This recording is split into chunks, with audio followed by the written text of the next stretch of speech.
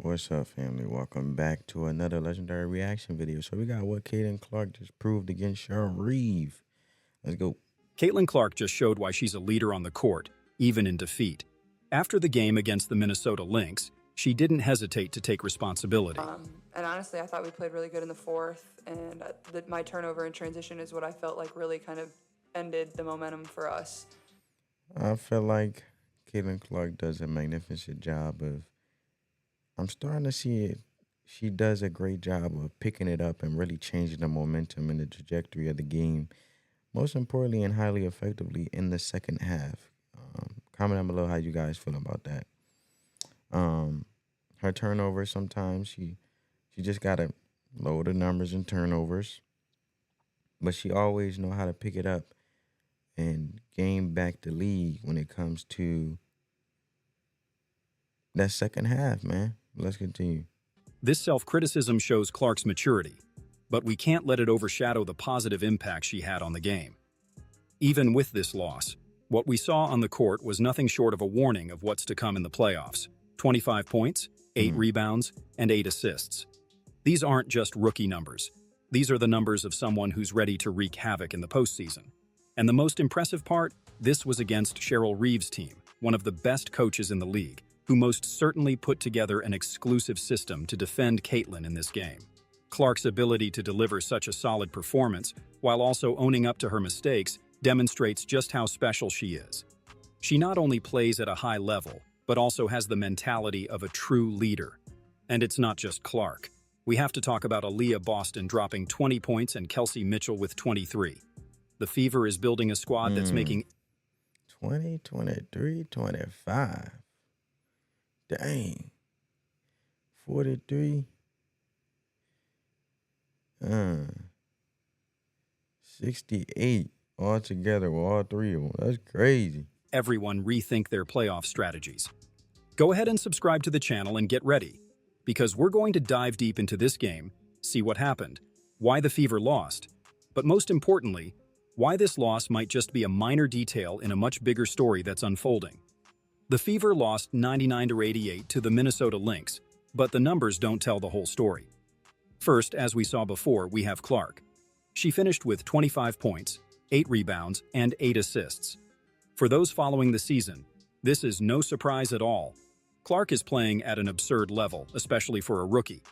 But the most impressive part, she did this against a Lynx defense that was clearly focused on her. Cheryl Reeve's team knows the danger Clark poses, and yet she still managed to find spaces and create plays. And it's this kind of aggressive mentality that makes the difference in the playoffs. Now we have to talk a bit about the rest of the Fever roster, because it's not just Clark who's crushing it. Aaliyah Boston finished the game with 20 points, 5 rebounds, and 2 assists, with a 60% field goal percentage. Boston is proving she's not just a good defensive player, she also knows how to score when. What was crazy was Lexi Hall started the game with the first point. Kelsey Mitchell and Caitlin Clark was lighting it up in the first half like crazy. You know what I'm saying? It was like they had the league. It was like 16-27. Everything was looking phenomenal. You know what I'm saying? Everything looking amazing in these streets. Kelsey Mitchell doing her offensive cutting, backdoor cut, and, you know. Needed, and it doesn't stop there. Kelsey Mitchell, who's having an incredible season, managed to score 23 points. Mitchell is showing insane consistency, and her partnership with Clark is getting sharper and sharper. But what does this mean for the Fever in the playoffs? This combination of Clark, Boston, and Mitchell, it's a nightmare for any defense. You have Clark, who can create plays out of nowhere, Mitchell, who can Is it me, family? I'll be feeling like most of the time, any team that played the Indiana Fever, like look at Los Angeles Sparks. Stevens on the Los Angeles Sparks, she was lighting up on the floor. Then you had Ossie Sims trying to, you know, do her little transition thing to bring them back in to compete, you know, and gain the lead. But I feel like when the Indiana Fever start losing the league is because when the opposing team start getting the flow a little bit from the perimeter, because they can't do nothing down low, so they usually get forced out to the perimeter and be highly effective there. That's what really gets me. as I watch more and be more analytical about things. Uh, yeah, man. Explode offensively at any moment, and Boston, who dominates under the basket. The most interesting thing is that these three are still learning to play together. Mm. Imagine when they have a few more games to gel. The potential is scary, and there's There's more. number two. The fact that the Who was number two on the links? I gotta know who number two, bro. Number two.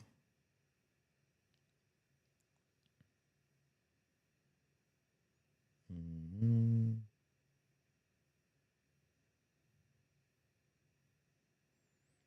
Okay, field goal wise, Indiana Fever 32 to 75, Lynx 33 to 73. Field goal percentage, Lynx have 45.2, Indiana Fever have 43. 3 points, 13 for 32 from the Lynx, Indiana Fever 13-29. Free throw, 20 to 25 Lynx, 11-13. I feel like Indiana Fever always do a magnificent job when it comes to the free throws. Rebounds, pretty good from both teams. Free throw percentage, obviously, Indiana Fever had 85%. Lynx had 80%. Offensive rebound, Indiana Fever had 12. Lynx had 10. Defensive rebounds. That's why I feel like they get killed too. Defensively, from the rebounds to sort of give teams a second chance. But it wasn't bad because the Lynx had 27. It was only 3 points less. And Indiana Fever had 24 altogether in total from defensive rebounds. But I feel like those defensive rebounds play a crucial part in determining the trajectory of Indiana Fever. And that's just my take on it as I watched them play. Yeah, man. As I look at the box score, whoever's number two. Who's number two? Who is it?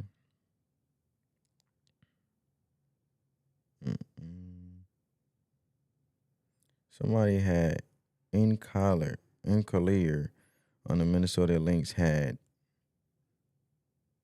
26 points. It was Day Ford. The number 24. She was lighting it up. She was lighting it up a bit. You know what I'm saying? Day Ford was doing her thing a bit. Let's continue though. Fever has already clinched a playoff spot, means they can use these last regular season games to fine-tune details. Yep. Experiment with some. I agree. You could spend your time. This will give them a look into the playoffs to definitely prepare them to play against, the Lynx, Minnesota, whatever. But yeah, man, it's just a leg up to help them prepare. Some different plays without the pressure of needing to win at all costs. This leads me to think, are we going to see the Fever giving some rest to key players in the upcoming games? Maybe give more minutes to the bench to have everyone 100% for the playoffs? While we think about that, let's talk a bit about what this game against the Lynx showed us about the Fever's potential in the playoffs. First, we need to remember that the Minnesota Lynx isn't just any team. They're second in the standings with a 25-9 record. Still, man, I feel like if they could beat New York Liberty, the Lynx can't stand a chance, man. Especially also, and I'm not making excuses, when you're going on a winning streak like that, eventually, you're going to have one of them games where you just lose after going on a streak like that. So, even with the loss, the fact that the Fever managed to score 88 points against such a strong defense is a positive sign. It shows that the Fever's offense has the potential to cause problems even for the league's best prepared teams. Another important point, the Fever showed they can stay competitive even when things aren't going well. They had problems with turnovers. The defense didn't always work as it should, but even so, they stayed in the game until the end. This is crucial in the playoffs, where every possession counts. And speaking of which, the Fever still has time to make some adjustments. Indiana's team had 14 turnovers in this game. The crazy part is, man, they had a magnificent lead going into the second half. But like I say, man,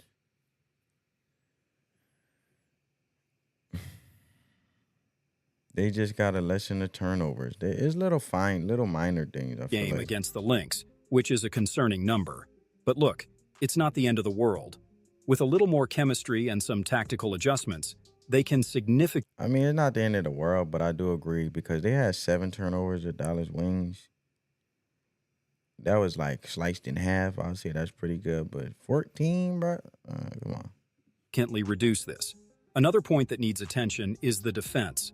The Fever allowed the Lynx to score 99 points. In the playoffs, where every possession is crucial, they'll need to tighten up that defense. But again, it's something that can be worked on during this preparation period. Now, let's talk about the potential for rest. Clark, Boston, Mitchell. They've been playing a lot of minutes throughout the season, giving them some time to recharge their batteries before the playoffs could make all the difference. That's Imagine the them thing, coming though, back. like going into the second half, number 9 on the Minnesota had hit that corner three. There's always a slit where the Indiana Fever end up allowing them to get back with these 3-pointers, bro. They do a good job closing down low. They got to get to these 3 points, shut them joints down. They could win every game, I feel like. And I just watched because it was 45-50. It was 45-50 in the third when it was like 9 minutes and 47 seconds, and it's like we can. No, in the second half, the first half, end up being 45-50 at the end of the first half, and it was like 20-second, 12-point. It was like 12 seconds on the clock. Then going into the third, it's 45-50 when you had a magnificent run. Lexi Hall, Kelsey Mitchell. Lexi Hall set the tone with her little 2-point joint layup floater.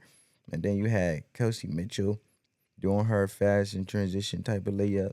Then you had Caitlin Clark lighting it up from beyond the arc, even a little bit closer to the logo. And then you had Aaliyah Boston doing her thing, right? 100% rested and ready for battle. And there's more. This preparation period also allows Coach Christie sides to make adjustments to the tactical scheme, maybe create some specific plays to exploit Clark's strengths, or develop defensive strategies to contain the main attacks of the opponents. The fact is that the Fever has all the ingredients to be a surprise in the playoffs. They have individual talent in spades. They're showing better and better chemistry on the court. And now they have this golden chance to prepare adequately. If they can use this time wisely, solving these small problems we saw in the game against the Lynx, I wouldn't be... It's like in the third, man, the Lynx went on a 14-0 scoring run. That was crazy. Like, they was picking it up and was turning the game around. That's when it was a 54-50 lead. 54-50. Yeah, 54-50. The Lynx had the lead. You know what I'm saying? Be surprised to see the Fever in the finals. Close your eyes and imagine it's the first playoff Kelsey game. Mitchell, just thinking about it, when Kelsey Mitchell came back with that 3, as she always do with that comeback, or Caitlin Clark do it, where it became 53-54, and that was like 6 minutes into the third quarter. So, you know what I'm saying? Cambridge Fieldhouse is packed. The Fever crowd is in ecstasy. The score is tied, 10 seconds left in the game. The ball is in Caitlin Clark's hands. What happens next? How does this game end in your head? Seriously, think about it for a moment. Because what we're seeing here, with this Fever team, is the beginning of something that could be really special. We're witnessing the birth of a new era in women's basketball. And you know what's even more incredible? We're here, following all of this from the beginning. A few years from now, when people are talking about how the Fever became a WNBA powerhouse, we'll be able to say, I saw it happen, I was there. So folks, enjoy every second of this, because what we're seeing here is history being made in real time. Yeah. The Fever isn't just another team in the playoffs. They're the team everyone's watching. Why? Because they have the power to completely change the game. Think about it. What happens if the Fever really takes off in these playoffs? What if Caitlin Clark starts playing at an even higher level? What if Aaliyah Boston dominates the paint? What if Kelsey Mitchell becomes that player no one can stop? Suddenly, we're not just talking about a team making a good run. We're talking about a revolution in the WNBA.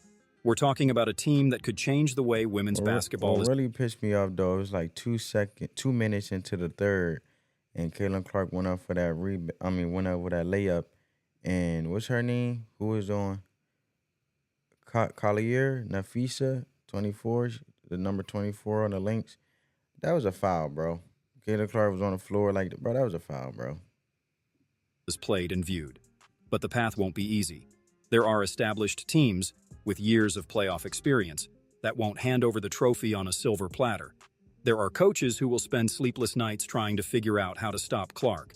There are veteran players who will want to prove they're still the best in the league. And that's the point. The Fever isn't just playing against other teams. They're playing against expectations, against the weight of history, against the idea that rookies can't dominate the playoffs. Every game will be a battle. Every possession will count. And the pressure? It's going to be immense. But what if they succeed? What if, against all odds, this group of young talents led by Clark manages to go far in the playoffs? Then, my friends, we won't just be watching a great basketball season. We'll be witnessing the birth of a dynasty. The question is, do you think the Fever is ready for this challenge? Do they have what it takes to overcome all this pressure and make history? Do this. Leave in the comments what your biggest expectation is for the Fever in these playoffs. Will they surprise everyone? Will Clark have an iconic moment that we'll remember for years? Or will they encounter unexpected challenges? Share your... Well, you're always going to encounter unexpected challenges because every team is different and the circumstances change as you compete and work your way up on the ladder. But what I will say is, as long as they lessen those turnovers, get quick defensive stops, definitely protect the perimeter as they do down low more so, and don't have them little slip-up three-pointers where they end up jacking them in the wing or on a corner. And just maintain that same momentum that they do, because they always end up doing good. Either the first, more so, I'm seeing they do great in the second half. But this game they actually did great starting the game off, setting the tone in the first half. So they either have a first half thing where they do great, and then they have an issue in the second half, and then they have a second half, or they either have a bad first half and they have an amazing second half. And just having that tone that they set throughout the whole game, I feel like it'd be phenomenal, man. They won't have no issues. That's my take on it. Comment down below yours. Give this video a big thumbs up. On that note, family, peace.